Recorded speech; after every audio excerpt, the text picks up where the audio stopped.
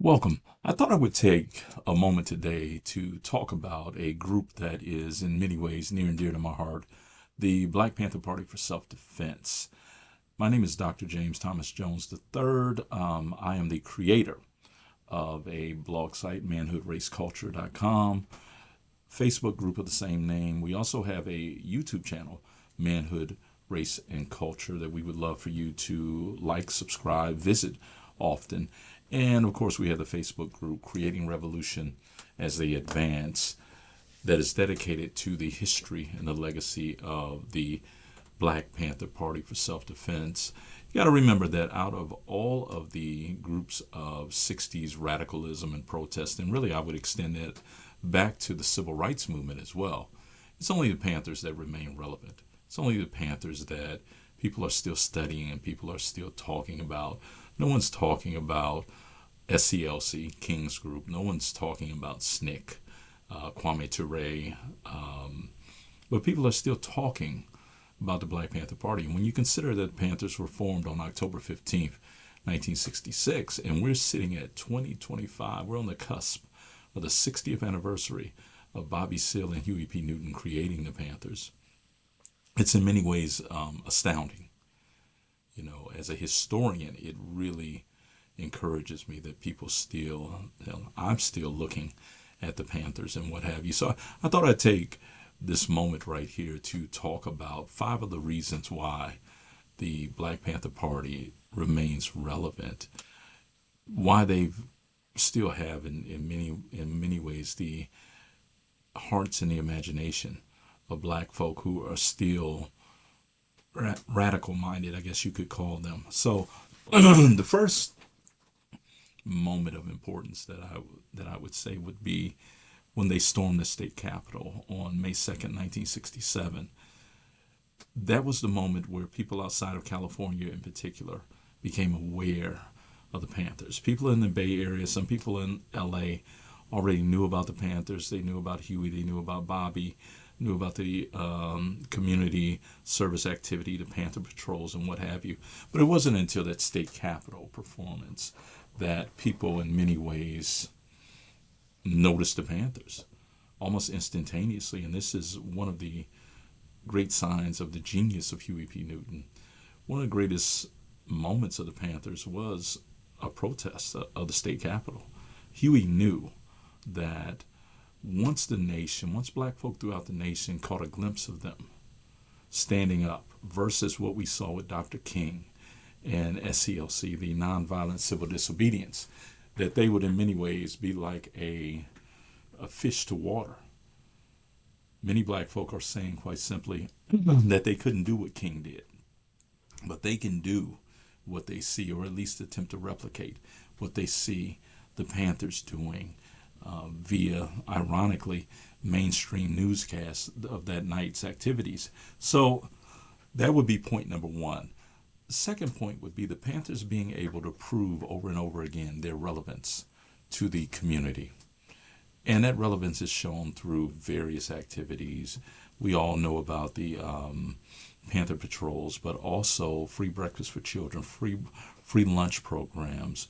We have other programs like free shoe giveaway, free grocery giveaway, and what have you. The ability to utilize dialectical materialism and identify what is needed within their specific community and address that issue.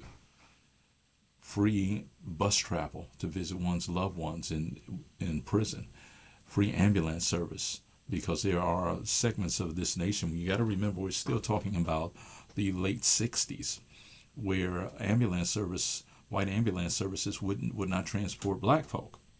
Okay?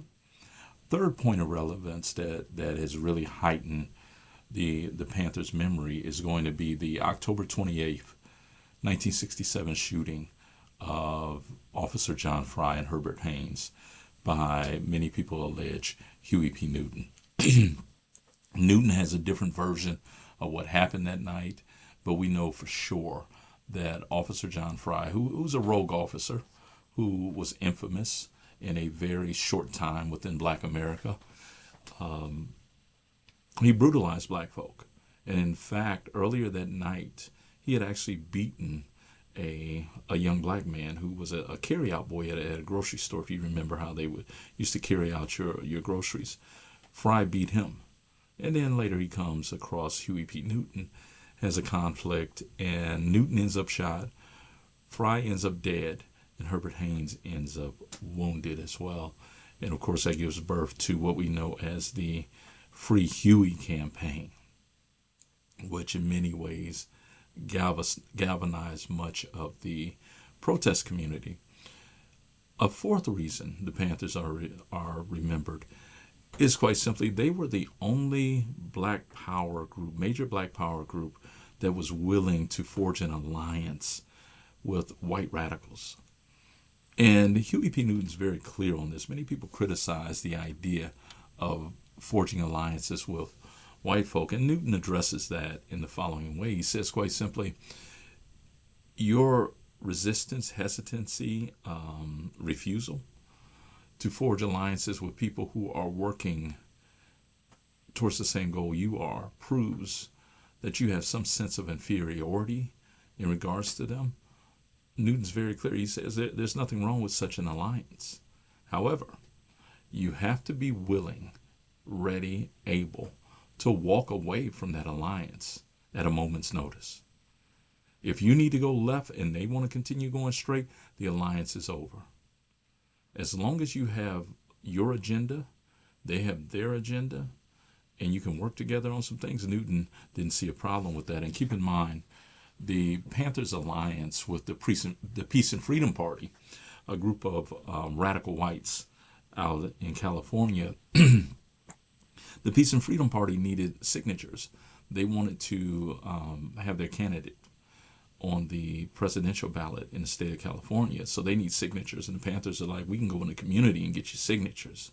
That's not a problem. But in exchange for that, the Peace and Freedom Party is going to give the Panthers access to materials they need for the quickly developing Free Huey campaign. Huey is facing execution, as you well know, for the killing of John Fry. And the last one that we'll talk about, it flows directly out of the Free Huey campaign, and it is quite simply the decision by Panther leaders, most notably Eldridge Cleaver, to have Charles Garry, a white radical attorney, represent Huey in his murder trial. Now, many black folk during that time, as they do now, they're seeking a moment of racial symbolism, an idea that we're going to stand up against the system and what have you. But the truth of the matter is quite simply, you're looking at a situation where Huey P. Newton's life is at stake.